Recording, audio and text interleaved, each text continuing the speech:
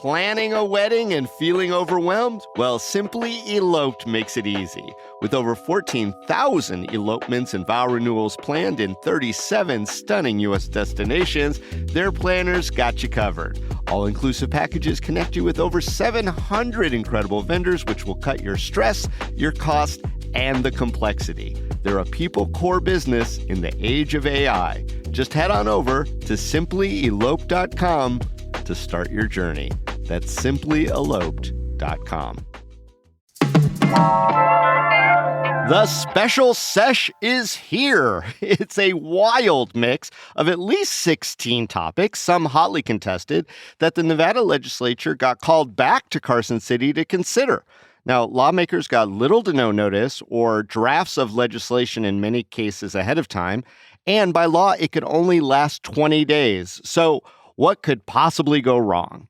Today on CityCast Las Vegas, we're joined by guests from two different ends of the political spectrum, Jacob Solis of Battleborn Progress and radio host Sam Mirejovsky of Sam & Ash Personal Injury Law. It's all hot takes and high stakes as Ledge the sequel is underway.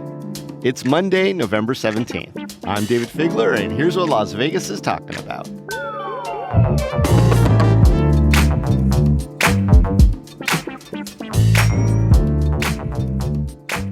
Jacob, welcome back to the podcast. Thank you. Glad to be here. And Sam, we hear you on AM radio and see you on billboards. It's nice to have you as a first-time guest on CityCast. I know. I'm honored. I love the show. So this is definitely a career highlight for me. All right, Sam, I will take that as a compliment and not look too deeply into it. But I want to start with Jacob. Jacob, at least 16 topics, bills that didn't make it through in the regular session, new topics, presumably new bills, and who knows what kind of amendments. Does this look anything like special sessions we've had in the past? Oh, thank you for giving me an easy question. The answer is no.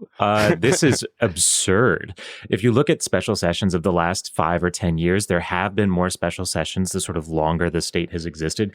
We would sort of expect that to happen as the state gets bigger and is no longer just like a mining colony out west. The problem is that, let's look at the last couple of special sessions. 2 special sessions after the 2023 legislation. One, because the governor vetoed a budget bill and necessitated one immediately. Another, to get the A's stadium. Okay, sure, why not? In 2020, multiple COVID special sessions and a redistricting special session. Those are sort of extraordinary circumstances. Before that, we have to go all the way back to the Raiders stadium. Or even before that, stuff like I think it was 2003, a special session because an insurance company had pulled out. And now suddenly there was a crisis. So you look at these recent special sessions in the last 20 years, they're almost always because genuinely they're either some extraordinary problem that the state needs to address immediately, or they want to build a stadium. Those are essentially the 2 reasons why we get a special session. And so to see a special right now with 16 bills, I spilled my drink when I saw it. Okay. Well, I don't know. How do you guys think that this has come to pass in this particular form at this particular time? Well, one of the things I've heard from pretty much everybody I've spoken to, both sides of the aisle in Carson City, is that the last session was kind of a shit show. Things didn't get done, and the clock ran out on stuff that that clearly the governor and even some other stakeholders certainly wanted to get across the finish line. So, but I agree with Jacob. I mean, if you look at the strict reading of the Constitution, it seems that this hardly qualifies as emergency matters. Yeah, I mean, Article 5, section, I've got at least one lawyer on this. I mean, I'm looking at myself, and I'm barely a lawyer, but Article 5, Section 9 of the Nevada Constitution grants the governor the power to convene the legislature by proclamation, which he has done, when there are, quote, unquote, and this is from our own Constitution, extraordinary occasions. Jacob, I mean, what's the explanation here? Is the fact that the last ledge session was a shit show and we need a basic do-over enough? Well, look, if you ask me or the Constitution, I would say the answer is probably no in the plain reading. But in the sort of practical reading, like, why is this happening? I think this is sort of we'll call it the Texasification of the Nevada legislature, right? In Texas, another state, I believe there's only 4 of them that have these biennial sessions once every 2 years. We've heard that in Nevada a lot, that this is simply an untenable legislative setup. 120 days every 2 years for a state of this size and with this much money and with this many problems terms is simply not a workable solution in the long run. So what a state like Texas has done is just call special sessions every year to just keep doing stuff. Now, the thing is, in this instance, I agree with Sam. It's happening because the regular session was simply badly executed by, we'll call it, all parties involved. If stuff doesn't get across the finish line, no one is unaware of the 120-day deadline. That is not a surprise to either you say the all governor's parties office. involved, but I'm wondering if Sam thinks because both of the houses here, the Assembly and the Senate, are run by one party, it might be someone's fault. No, I've heard there's one person. I'm not going to name her, but I've heard there's one person that might share some of the a lion's share of the blame. But regardless, yeah, I mean, the clock ran out. I mean, it just did, as a matter of fact. So you're saying that the Senate Majority Leader, Nicole Cannizzaro, was not the best at shepherding the particular boat through the muddy waters of Nevada legislation. There are a lot of people very angry at her. I'll put it that way. Yeah. Well, you could also say the reverse for the governor, because, I mean, looking specifically, we can get into it. I assume you want to ask about the crime bill, but the crime bill died at the buzzer this year, in part because it came to the assembly with literally hours to go and without the votes to get across the finish line. Yeah. I mean, I do want to talk about some of the topics that did make the agenda. But before we get into the crime bill and some of the others, let me ask you, fellas, any surprises of what made it on? There was one bill about brew pubs, and I was like, okay. Extraordinary circumstances. Yeah. On how you can get your beer. I mean, isn't that an issue we could all agree on here on all sides of the spectrum? Aren't we all pro beer? I would imagine. I mean, particularly in Nevada. But maybe not an extraordinary circumstance that requires the cost and resources for a special session. And I think that really gives away the game, right? Like, why is this here? What's this sheep doing in the flock? And I'm pissed as the financially minded, conservative here that this is $100,000 a day for this, right? That's the number that I've seen, and we were talking. Yeah, I mean, it's an actual real cost. It's that we're paying for. Mm-hmm. So to me, it just it's a sloppiness. I think we agree on that. All right. Well, obviously, we're not going to get into all of the 16 plus agenda topic areas. So let's focus on some of the bigger ones that have gotten more attention. First up, Jacob, that governor's crime bill. What's it about and what are the implications? It's about a lot of things. It was a crime omnibus, but I think the thing that's probably gotten the most press coverage is the strip corridor court aspect of it. So for, I guess, just quick explainer, there was a resort corridor justice court that handled low-level offenses and for the most part issued these things called order outs so that people who got sort of kicked off the strip couldn't come back, or they'd go to court again for an increased charge for trespassing or what have you. It was very expensive and didn't work particularly well. So the Justice Court in Clark County got rid of it after a year, and now they're trying to bring it back. This bill, crucially, only sort of allows the Justice Court to explore bringing it back, which is always funny when that's the thing. If they're not doing a thing, they're allowing the opportunity to do a thing. But then on top of that, it adds a bunch of different penalties for, there's some like stalking provisions, domestic violence provisions, sort of the child pornography crime provisions. There's a lot of sort of increasing penalties for certain buckets of crimes. Yeah, DUIs in there. And, I read through all 64 pages of that bill, Sam. It is a pared down version of the original omnibus crime bill that the governor had proposed. And it was just one glance through. I didn't see the increase in fentanyl trafficking penalties in this version.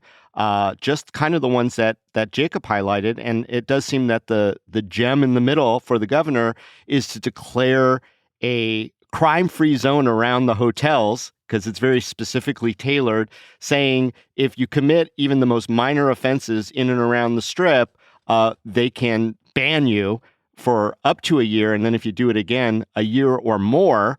That seems to be the heart of the crime bill, plus some of the increased penalties.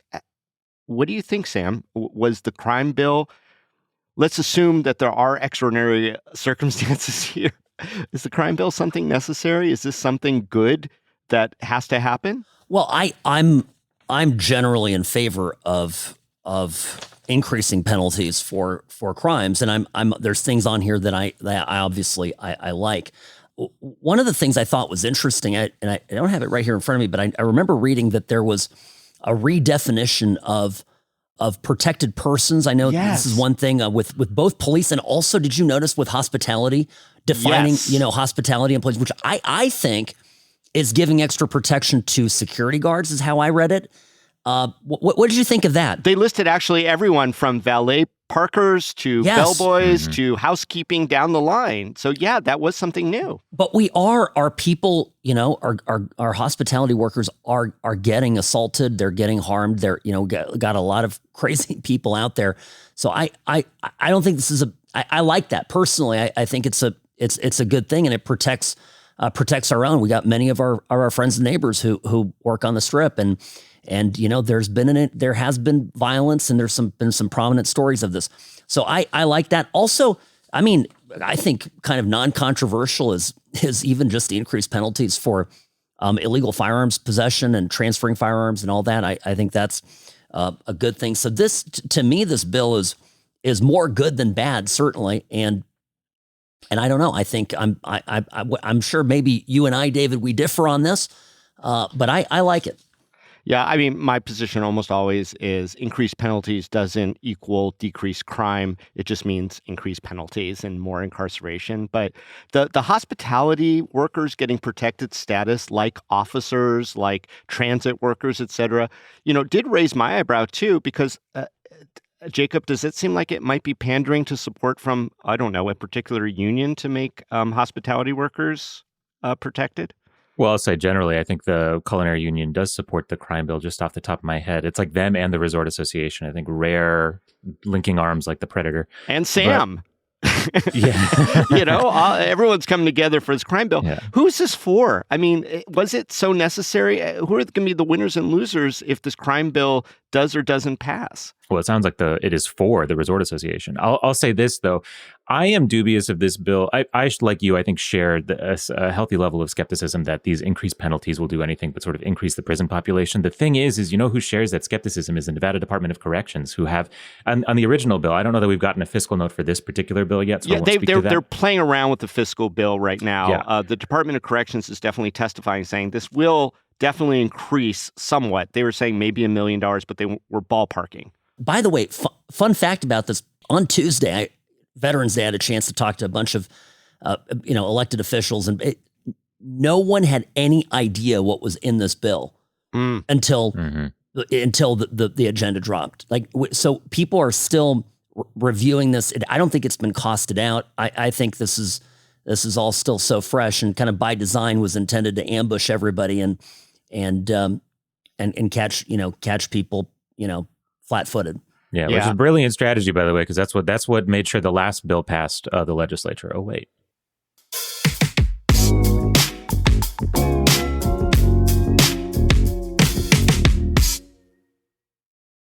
Guess what? CityCast has some news. I'm Sean McPherson, the host of CityCast Twin Cities. And I'm Jane Sihu, and I'm the host of CityCast Seattle. Hey, if you have a friend in one of our cities, can you text them for us? Yeah, something, simple like, hey, how's that rash doing? And do you listen to podcasts? Because I have one you're definitely going to like. After that, tell them that CityCast has helped you become more informed, more involved, and more connected to your amazing city. We're going to help that person in Seattle who's been trying to make friends. And we're also going to do that for that guy you only kind of knew in college who moved back to the Twin Cities after graduation. Don't we all have that guy? Yeah, and usually that guy is named Todd. So did you text them yet? Jane, let's just wait a minute. We don't want to rush anybody. We'll do a little small talk. How's everything going in Seattle? Beautiful, beautiful. Fall leaves popping. How about Twin Cities? Today, beautiful and sunshiny in St. Paul. Okay, Jane, I bet they are done texting by now, and I just want to remind them, hey, you, please tell that friend to subscribe to CityCast Twin Cities or Seattle, wherever you get your podcasts. Or if you don't want to text them and you're really just on Instagram sending them DMs all the time with funny videos, send them a DM of our latest videos. You can find us at CityCast Twin Cities or CityCast Seattle on Instagram. Thanks. Let me ask this final question before we move on to the other bills. Is this just Governor Lombardo gearing up for his reelection? Is that cynical take resonate with either one of you? I don't think it's cynical. I think it's correct. Am I allowed to say that? Yeah. How about you, Sam? Of course.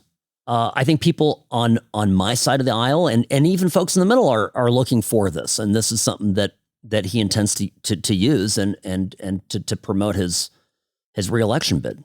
Yeah, his credit of tough on crime is definitely appeal to the base and maybe some centrist too. Well, just real quick, I do want to make a point about this because I think it's just so fascinating that the governor would talk about the necessity for this kind of crime bill while he simultaneously touts that crime is falling. You know, if Metro can put out all these stats about how violent and property crime are down during Governor Lombardo's tenure, what necessitates a crime bill, one wonders. Sam, I want your response to what Jacob said about, Lombardo needing this win. Well, I think Lombardo's going to get reelected. I think with or without it. But I will say this about crime stats. I don't think there's a week that goes by that I don't talk to a friend or somebody at work who has been the victim of a property crime, for example. My home was burglarized not too long ago. And by the way, it didn't get reported because what's the point? You call the police and you say, hey, no, they're not here anymore. What are they going to do? Send somebody out and do fingerprints? None of that happens. So I'm suspicious of the crime stats. I think people are touched by crime. They're worried about crime. It's a real issue for voters. And so in that sense, as a strategy, I think it's a winning strategy for the governor to pursue this.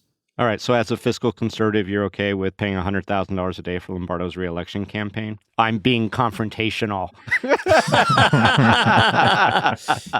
You want my real reaction to that? Yeah. Well, this is politics, right? I mean, it goes both ways. This stuff happens both ways. And again, if it was just what Lombardo wanted, then the Democrats would have been in court 2 days ago fighting this and saying we don't want a session. Everybody wants something from this. Everybody's got some interest in it. All right. Well, next up, speaking of everybody's interest, the film tax credit. Mm-hmm. It almost didn't make it out of the opening gate with legal maneuver by Democratic Assemblyperson Serena LaRue Hatch. It barely failed. It was basically a tie vote. They had to go to Zoom to find a legislator to make the tie. Otherwise, we wouldn't be talking about. Which I would like to complain about, by the way. We can get back to that later. Yeah. Well, it shows that there is a lot of dissent on this particular bill.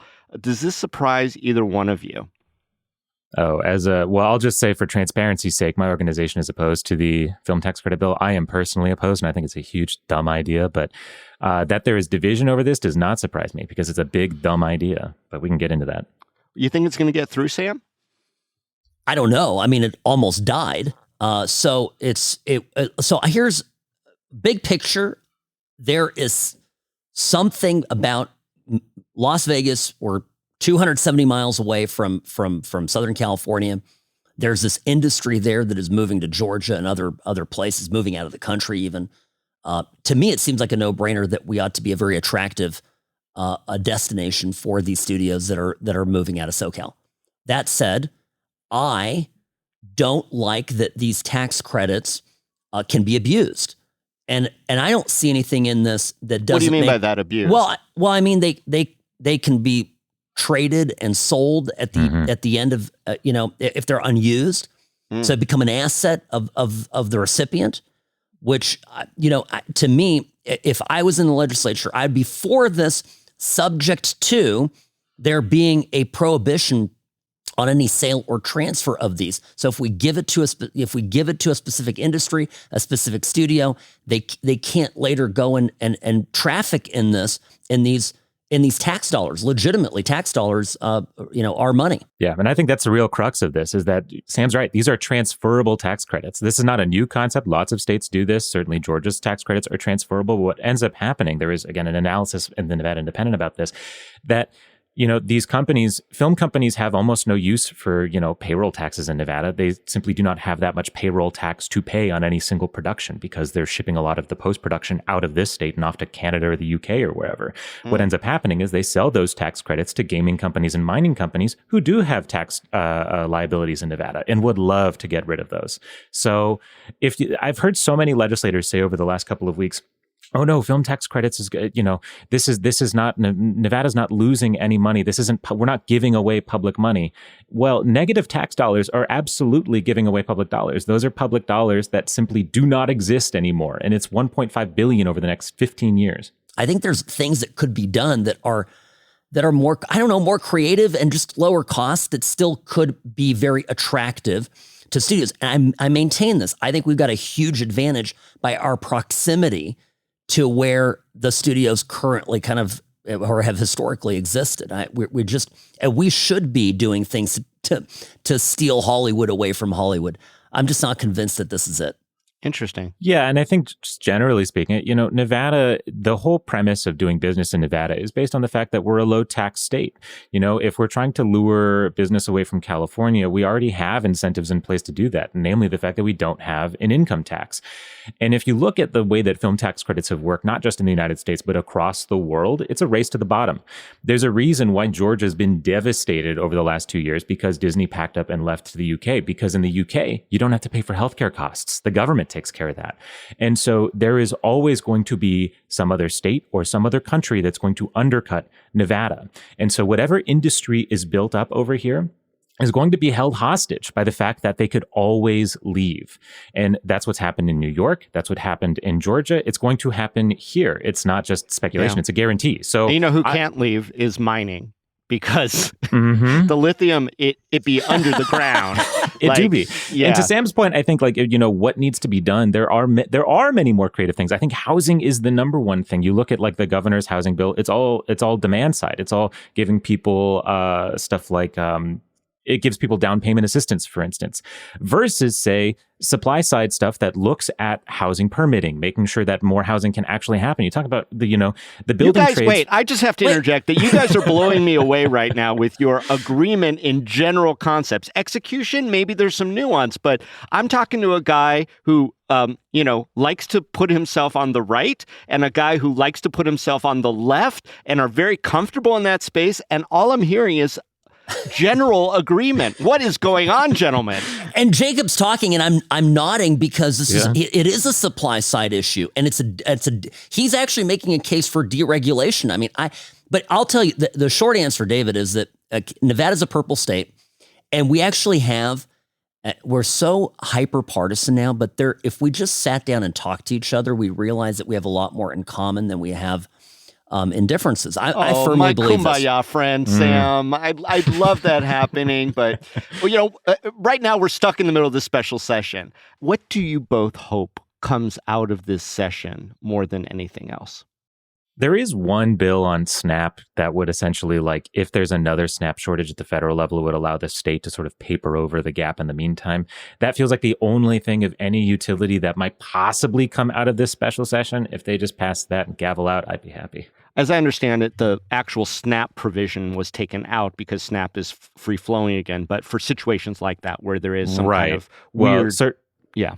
Yeah, and I'm looking at that January 30th date on the current government funding bill and staring very hard at it. So, Sam?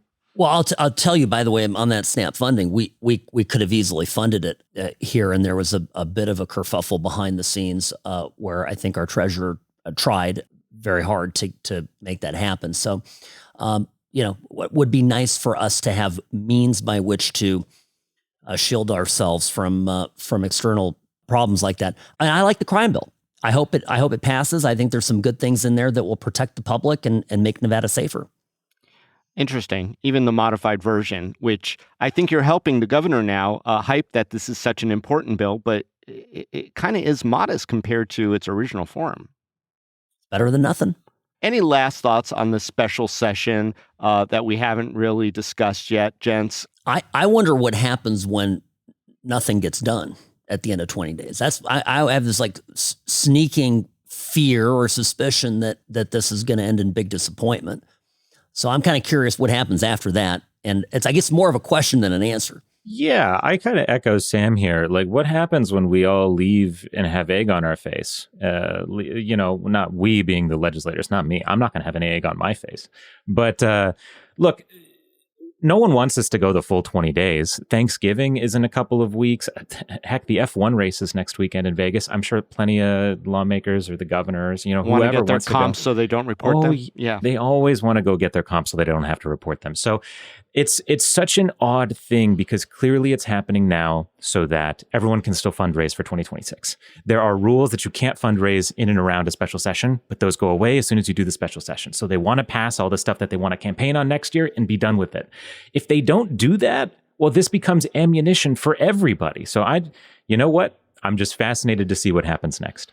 Yeah. Well, let's hope what happens next, guys, is not a second special session right off the bat. But if there is, I'm going to have you both back together. Even though you're agreeing on so much, maybe you'll find something from your ends of the spectrum to disagree about. Hey, Sam and Jacob, I really appreciate you coming on today on CityCast Las Vegas.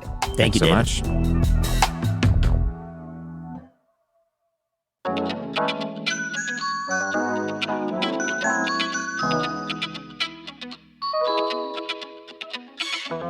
And that's all for today here on CityCast Las Vegas. If you enjoyed the show, go tell a friend. You could also rate the show, leave us a review, and subscribe to our morning newsletter. Don't forget, you could support this show and get some great perks by becoming a CityCast Las Vegas neighbor at membership.citycast.fm. We'll be back tomorrow morning with more news from around the city. Till then, stay lucky.